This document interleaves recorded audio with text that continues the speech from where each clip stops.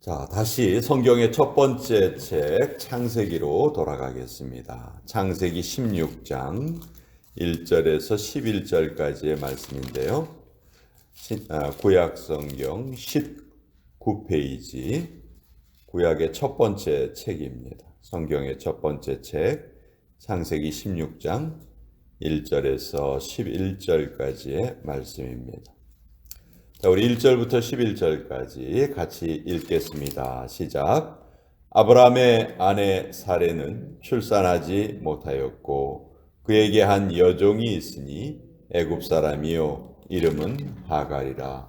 사레가 아브라함에게 이르되 여호와께서 내 출산을 허락하지 아니하셨으니 원하건대 내 여종에게 들어가라.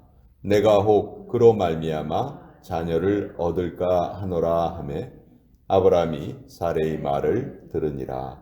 아브라함의 아내 사레가 그 여종 애굽 사람 하갈을 데려다가 그 남편 아브라함에게 첩으로 준 때는 아브라함이 가나안 땅에 거주한 지 10년 후였더라. 아브라함이 하갈과 동침하였더니 하갈이 임신하매 그가 자기의 임신함을 알고 그의 여주인을 멸시한지라.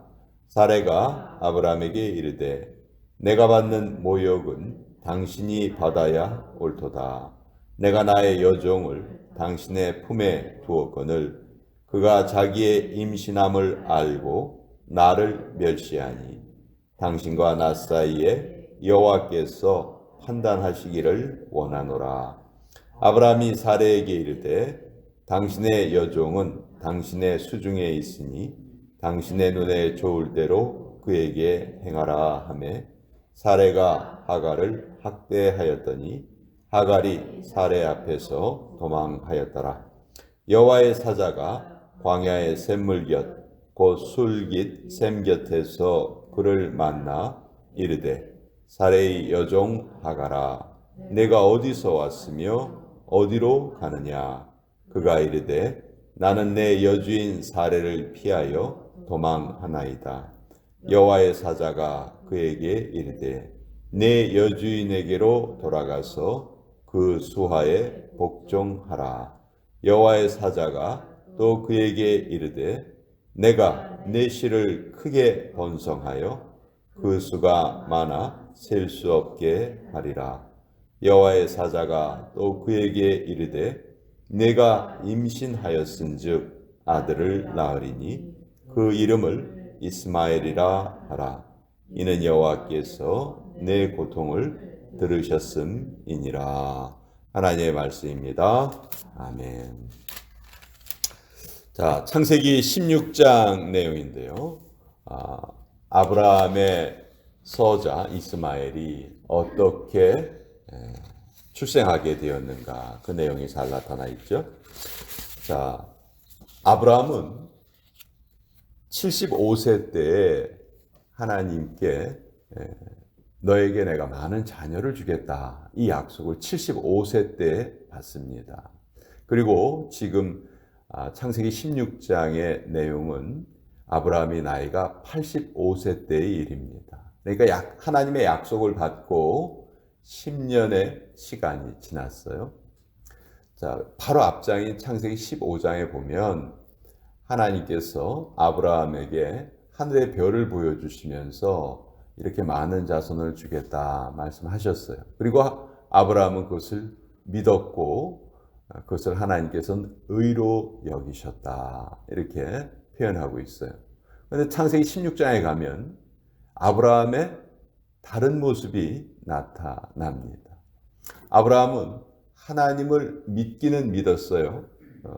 그 말씀에는 순종을 했지만 무엇에 아브라함이 실패했는가?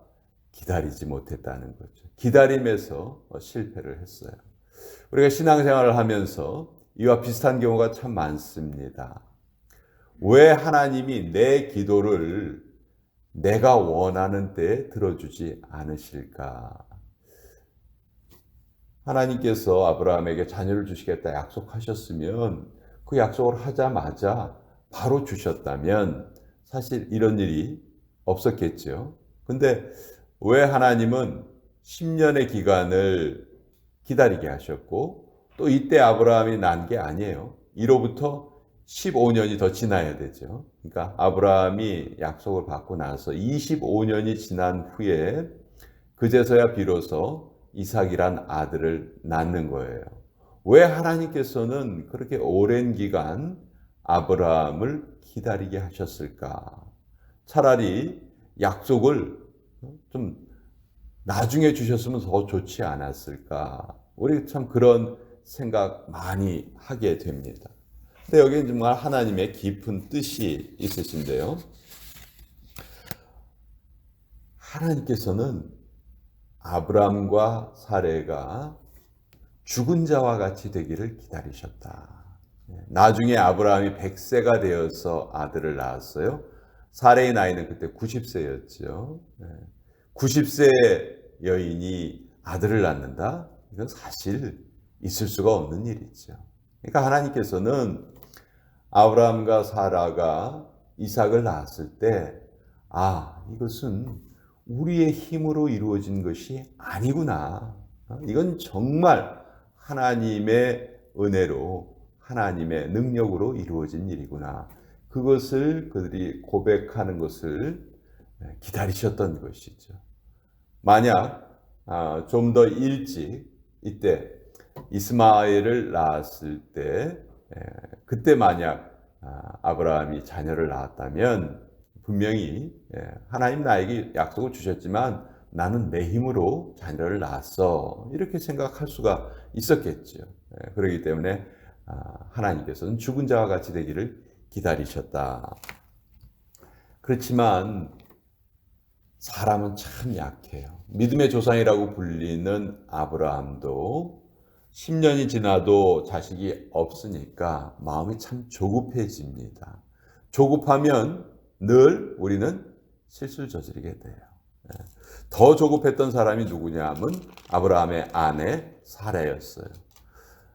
당시에 여인이 자녀를 낳지 못한다. 그 집안에 자녀가 없다. 이것은 그 당시의 문화로는 하나님께 저주받은 가문이에요. 신에게 저주받은 가문. 그러니까 어떻게든지 그것을 벗어나고 싶었는데 자기에게는 지금 태기가 없기 때문에 사라가 쓴 방법은 자기의 여종을 자기 남편에게 첩으로 주고 그 여종이 낳은 아이를 자기의 아이로 입적을 시키는 거죠. 이것은 이 가정에만 있는 아주 특별한 일이 아니었고요. 당시에는 아주 보편적으로 그렇게 행해지던 그런 일이었습니다. 근데 여기서 우리 아브라함의 태도를 다시 한번 좀 살펴봐야 돼요.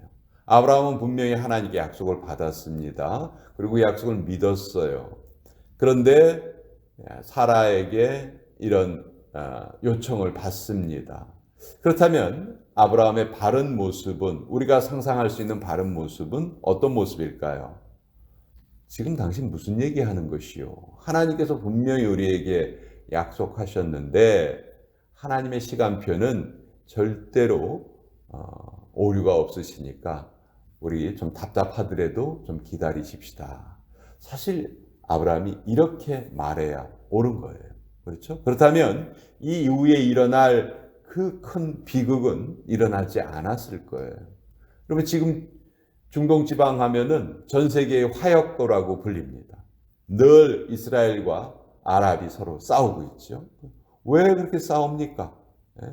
만약 아브라함이 이스마엘을 낳지 않았다면 아마 지금의 그 싸움은 없었을 것이다.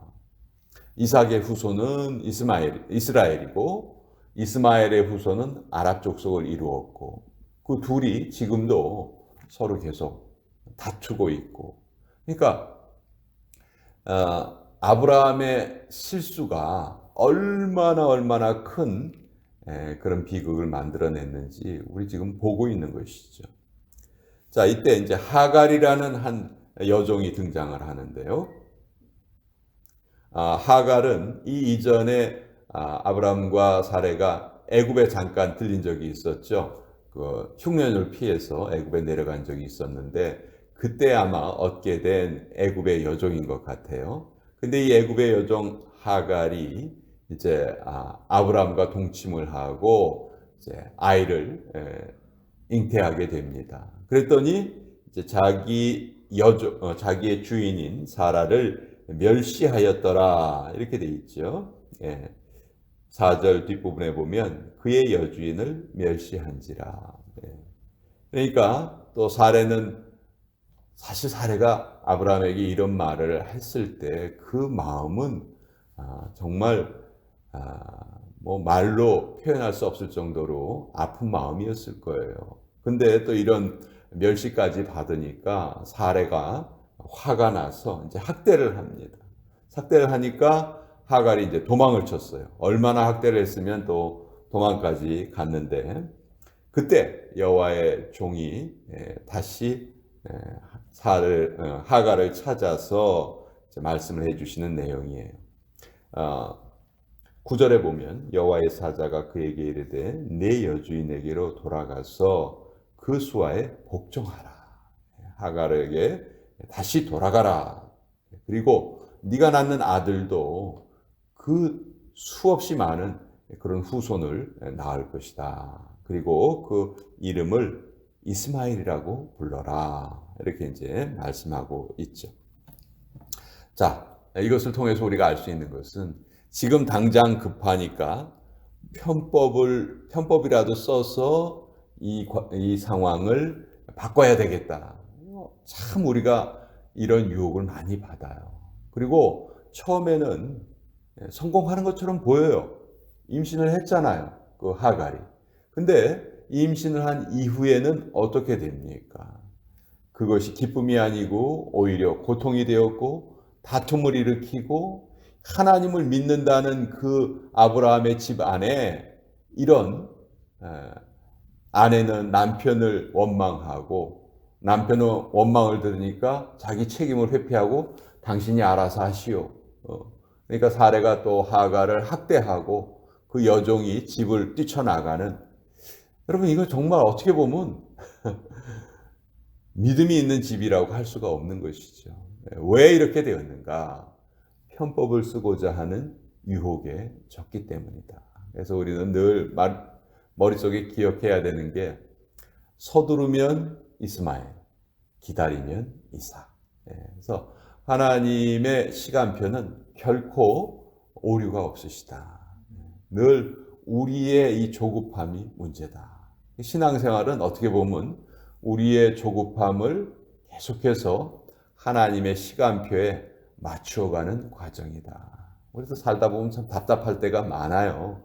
왜 지금 이런 일이 일어나는지 잘 몰라요. 그러나 우리가 하나님께 기도했는데도 그런 일이 지속된다면 분명히 하나님이 더 좋은 시간을 우리에게 기다리게 하시는 것이다. 하나님은 지금 기다리고 계신다. 우리가 준비되기를 기다리고 계신다. 그래서 어떤 일이 이루어지지 않았을 때에는 아직 나의 준비가 덜 되었구나 이렇게 생각해야지, 그 화살을 하나님 왜 이것을 안 이루어 주십니까? 그렇게 우리가 불평을 해서는 안 된다 하는 것을 우리가 다시 한번 깨닫게 됩니다. 자, 하갈에게 내 여주인에게로 돌아가라. 우리가 참 많은 실수를 하면서 살지만 가장 좋은 방법은 실수를 한 그 자리로 다시 돌아가서 그것을 고치는 것입니다. 제일 최악의 결정은 슬쩍 넘어가려고 하는, 그냥 구렁이 담 넘어가듯이 뭐 어떻게 알아서 되겠지 하면서 그냥 슬쩍 넘어가는 거. 그 우리가 제일 많이 쓰는 방법 중에 하나예요. 근데 그것이 엄청난 잘못, 또 엄청난 문제를 야기하게 된다는 것이죠. 그래서 우리는 어떤 문제가 있을 때 그 문제의 원인을 알았다면 그것을 회피하지 않고 바로 그 자리로 돌아가서 그것을 고쳐야 한다 하는 것도 오늘 말씀을 통해서 우리가 깨닫는 그런 교훈입니다. 자, 오늘 수요일 아침인데요. 같이 또 하나님 앞에 기도로 나아가도록